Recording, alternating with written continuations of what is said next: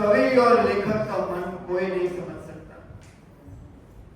कभी वो ब्रह्मा से नहीं मिले होंगे, कभी वो ईश्वर, हम सब ईश्वर की आराधना करते हैं, हम महसूस करने की कोशिश करते हैं, लेकिन प्रत्यक्ष ईश्वर के मन में क्या है और ईश्वर क्या सोचते हैं ये हम कभी नहीं जानते।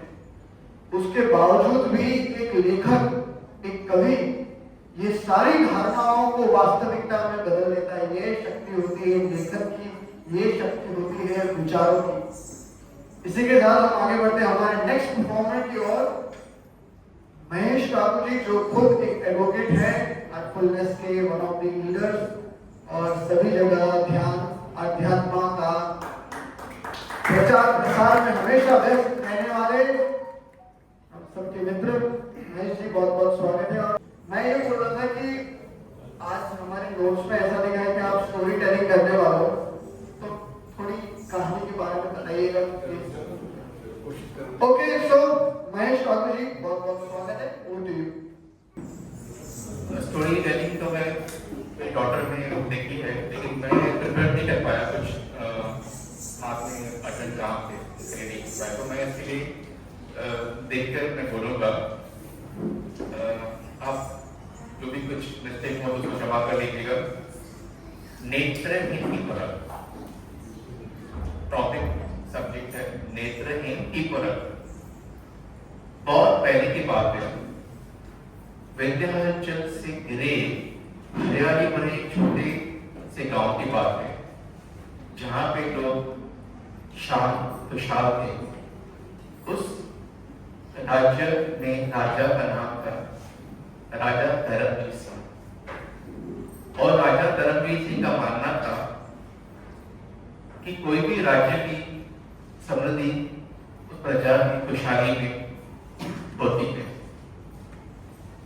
वो क्या करते थे, हर 3 माह ऋतु परिवर्तन के दौरान एक जनसभा आयोजित करते थे प्रजा के लिए, जो व्यापारी थे, राज्य के लिए और आसपास के गांवों के लिए। और वहां पे प्रजा के दुख सुख, व्यापारियों की समस्याएं और राज्य से जुड़ी समस्याएं, कुछ सुझाव के बारे में बातचीत होती थी और उसका हल होता था, जैसे राज्य आगे बढ़े। उसी इस एक ऐसी ही सभा की बात है, सर्दियों की मौसम थी, सुबह का वक्त था, दोपहर की धूप की किरणें हल्के से, और जनसभा एक बड़ा सा जो जनसभा होती है महल के महाप्रांगण में हो रही थी। किरणें ऐसी पड़ रही थी मानो कुदरत स्वयं आशीर्वाद दे रही हो राजा को और उस सभा को। तो एक अचानक एक हलचल हुई, दरवाजे पे एक आवाज आई, तो मंत्री ने दरवाजा खोला, तो उससे पूछा आप कौन है? बोला मैं यात्री हूँ, मैं अंदर जनसभा में आना चाहता हूँ। तो मंत्री राजा को देखा, राजा ने बोला ठीक है आने दीजिए। तो राजा ने पूछा बोलिए आप कैसे आने हुए? तो उन्होंने क्या कहा, मैं हर राज्य में जाता हूँ और वहां पे बुद्धिमान और विद्वानों की परीक्षा लेता हूँ। राजा और सब लोग जो थे अचंभे में आ गए, ये क्या है? तो राजा मुस्कुराए, बोला आप आइए। मध्यम में आगे बोला बताइए। तो उन्होंने बात की, मैं बात बताता हूँ कैसे उन्होंने बात की। उनका नाम था रत्नेश्वर। पहले तो पूछा आपका नाम क्या? उन्होंने बोला मेरा नाम रत्नेश्वर है। तो उन्होंने बात ऐसे रखी, उन्होंने बताइए चुनौती क्या है। लेकिन लोग जो वहां पे थे बहुत थके थके रह गए थे। अब यो क्या बोलते हैं सुनिएगा, दो रूप समान यहाँ, दो रूप समान यहाँ, दोनों की चमक महान यहाँ, एक में सच्चाई का नूर, दूजा केवल झूठा गरूर। राजा पंडित ज्ञानी हारे, चोरी भी रह गए बेचारे। बताओ तो कौन रतन, बताओ तो कौन रतन और कौन केवल कांच सज्जन। उनका ये प्रश्न है। यदि पहचानो सच्चा हीरा, पर्दों में राजकोष तुम्हारा। यदि कोई जान न पाए, मूल्य बराबर ले जाओ यहां से। तो ये उसका प्रश्न था। और ये व्यापारी था, इसके चाल में, इसके भाव में बहुत एक बोले गर्व था, एक अभिमान था। तो ये तो उसने बात रख दी। अभी सब लोग एक दूसरे के मुंह देख रहे थे, ताक रहे थे। तो पहले मंत्री आया, राजपुरे उठाए, हर एक करके एक करके आए, सब निष्फल गए। राजा स्वयं आया भी, राजा स्वयं आए। उन्होंने देखा दोनों वस्तुओं को, दोनों वस्तुएं रहस्यमय, एक समान, एक रंग, एक रूप, एक चमक, और वहां पे उनके ऊपर जो धूप पड़ रही थी वो भी एक समान। काफी समय लिया, लेकिन वो भी असमर्थ रहे। अभी सब लोगों के बीच में क्या हो गया, एक नर्वसनेस आ गई। सब लोग चिंता में आ गए। चिंता ये नहीं थी कि हम धन हारेंगे, चिंता थी कि राजा की प्रतिष्ठा, मान सम्मान वो दांव पे हुई।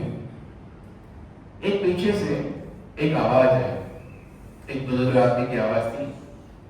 उनका नाम था गोविंद काका। वो उम्र में बड़े थे, लेकिन नेत्रहीन थे। वो खड़े हो गए, उनकी लकड़ी की लाठी थी, सफेद कपड़े, मन में मुंह से लगता था शांति, और चेहरे पे मुस्कान थी। लोग कहते थे इसके बारे में कि भाई गोविंद काका भले नेत्रहीन हो, लेकिन अंतर मन से लोगों की पहचान जाते थे। तो सब लोगों की नजर उनके ऊपर पड़ी। कुछ ने खुश हो गए, कुछ लोगों ने ऐतराज जताया, यहाँ पे बड़े बड़े विद्वान, बुद्धिमान जोड़ी वो फेल हो गए, तो ये गोविंद काका क्या कर सकते हैं। अभी राजा ने क्या किया, राजा ने बोला गोविंद काका आप आगे आओ, कोई बात नहीं। उन्होंने बोला मुझे प्रयास दीजिए, उनको आगे अभी देखिए वो आगे सबके चेहरे पे। अब ये गोविंद काका एक है जो कि आखिरी बैट्समैन है, सबके चेहरे पे एकदम सन्नाटा।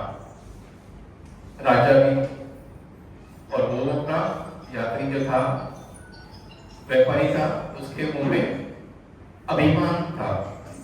बोला सब लोग जो है, और ये तो बुजुर्ग आदमी है, एजेड आदमी है, क्या करेंगे। अभी गोविंद काका है, नेत्रहीन है, देख नहीं पा रहे। उन्होंने क्या किया, एक एक करके दोनों को उसको लिया, उन्होंने समय लिया, कुछ वक्त के लिए मौन लिया। मौन करने के बाद मुस्कुराए और उन्होंने बोला ये हीरा है और एक कांच। अभी जो व्यापारी था हक्का बक्का रह गया। गोविंद काका आपने तो मुझे बिल्कुल हैरान कर दिया, आज तक मुझे कोई असफल नहीं कर पाया है, आपने मुझे असफल कर दिया, हरा दिया। राजा बोले गोविंद काका ये आपने पहचाना कैसे। सब लोग खुश हो गए। तो अभी बात होती है कि इनको पहचाना कैसे। जब बड़े बड़े विद्वान जोड़ी सब असमर्थ हो गए, तो इन्होंने कैसे पहचाना। तो उसकी भी मैं बोलता हूं कैसे बोल रहे हैं। गोविंदा का हल्के से मुस्कुराए और धीमी स्वर में कहा, सूरज की तपती किरणों में दोनों बैठे राज सिंहासन में, एक ने तपिश तुरंत अपनाई, एक ने तपिश तुरंत अपनाई, एक ने शीतलता न छोड़ी पाई। रूप रंग चमक सब एक समान, रूप रंग चमक सब एक समान, ब्रह्म हुआ पूरा राज दरबार महान। पर जिसने धैर्य का साथ निभाया वही हीरा कहलाया। और दूसरा, धूप की पहली तपिश में अपनी शीतलता, अपनी अस्तित्व असलियत बता गया। सभा एकदम मौन हो गई, मानो प्रत्येक व्यक्ति अपने भीतर जानने लगा। आप मुझे बताइए, इसमें आपने क्या मैसेज मिल रहा है आपको? कोई बता पाएगा? मैं वापस बोलता हूँ जवाब उसका। हाँ, वही सच्चा हीरा है। बिल्कुल सही, बिल्कुल सही कहा।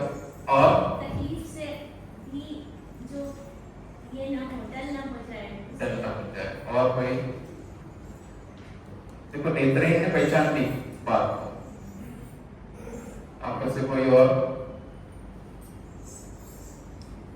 तो आज संसार में क्या हो रहा है? लोग सब बाहरी चमक, उनके बोलने, उनके कपड़े, अंदर कोई नहीं दिखता है। आज हमारी वही हालत है। ये स्टोरी से मैं बताना चाहूंगा कि मैसेज क्या है कि लोग भी आज दूसरों को पैसा है, गाड़ी है, लेकिन अंदर की वस्तुओं को नहीं देखते। वो हीरा जो शीतल था, वो शांत रहा, वो सच्चा हीरा है। और जीवन हर व्यक्ति को कभी ना कभी तपाता है, बरोबर कि नहीं? हाँ, जीवन हर व्यक्ति को कभी ना कभी तपाता है। कैसे? कभी अपमान से, कभी असफलता से, संबंधों की क्रूरता से,